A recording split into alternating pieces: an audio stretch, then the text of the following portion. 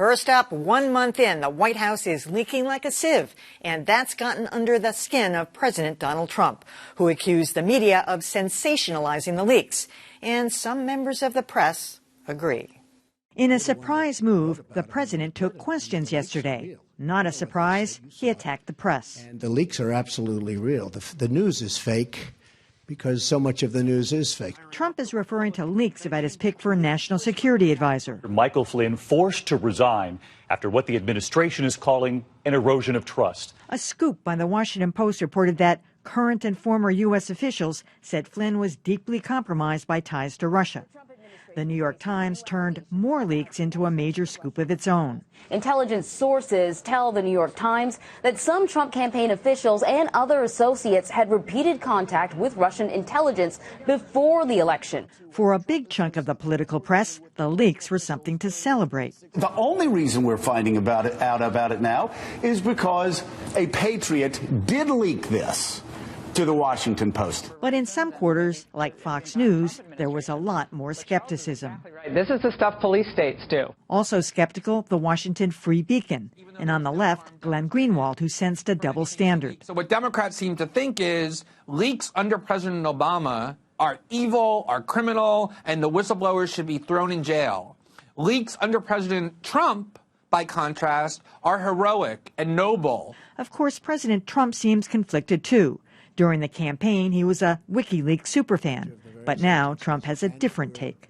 I've actually called the Justice Department to look into the leaks. Those are criminal leaks. Something the journalists who've been getting those leaks might want to keep in mind.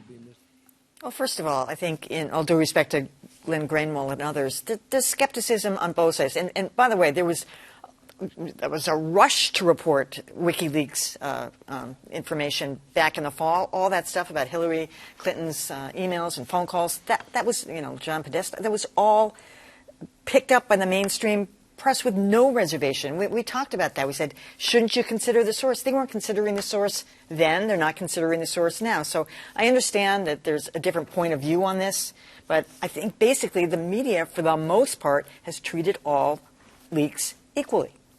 Well, leaks are often how the media do public interest journalism.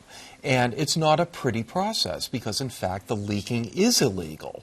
But using it as the basis of important news stories is not illegal. So I think, again, you always have to make the calculation.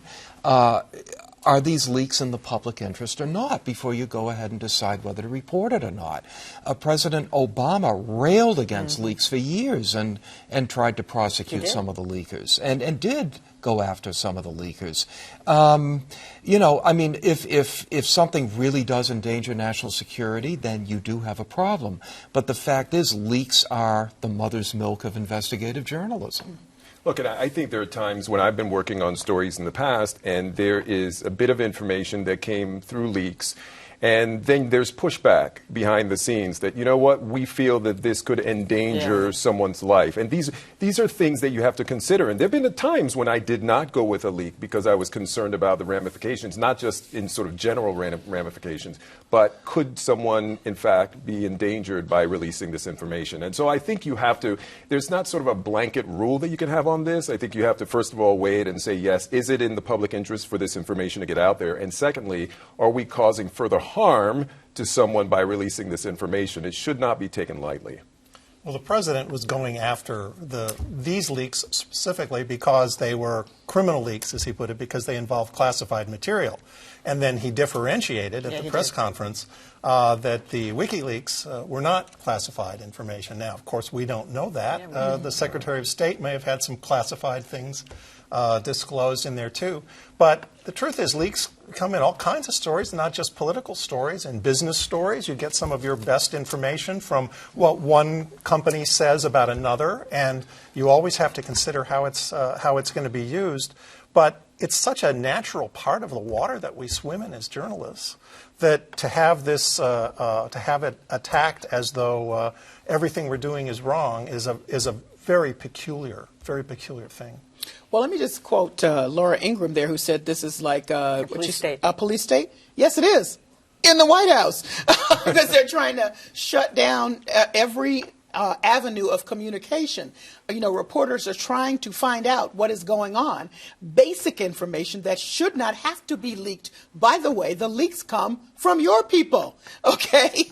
So this is not something that reporters in Washington are saying now. We don't even have to go chase somebody to find out if you'll tell us something. People are voluntarily, because they themselves are afraid about how information is being used and not used properly in this White House. So then when it came to the question of Flynn, which is where all of this happened afterwards, it's really scary to think, wow, what's going on with our national security that's enough scary to the people inside that they wanted out to the Washington Post and the New York Times. I found one of the most disturbing things about the press conference yesterday was President Trump's obfuscation about what the leaks had real information in them, and yet he was describing that as fake news once it got reported. He knew the leaks were out there, but what was fake? He couldn't answer that question when pressed by Jim Acosta on CNN and others.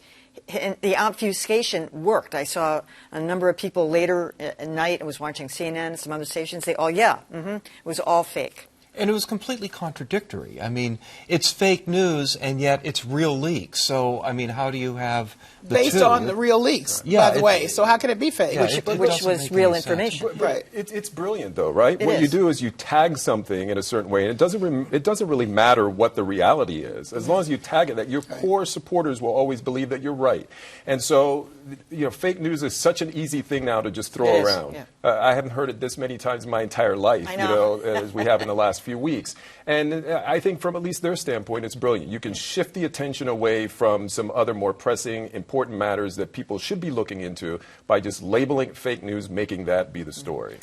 The press conference was labeled as both a meltdown. You saw that covered a lot, but also as a strong blow against the media. And on Fox, that was certainly the view, it was both. that he was really playing to his audience, and by going after the media, essentially moving to the stage where all the media are fake news. I hate to say it, but I thought he helped himself. I think agree. both we all of those agree. things were right. That's All right. what happened. Yeah. One more thing. Last night, while on CNN's Anderson Cooper show, Trump surrogate Jeffrey Lord suggested Trump had just debuted a new reality show. Take a listen. What you really saw today was the launch of a new reality television program called Beat the Press. The star is Donald Trump. The executive producer is Donald Trump. Well, wait a second. Don't we have a trademark on that? I believe we do. So, what, they've never heard of Beat the Press? I can't believe that. Well, you know, maybe we should have him on as a panelist some week, really. and then he'll understand what the real Beat the Press is. By the way, his Twitter handle is Real Jeffrey Lord. So I tried to get to the Real Jeffrey Lord, but he didn't get back to me. Oh, good. Keep trying. All right. Yeah.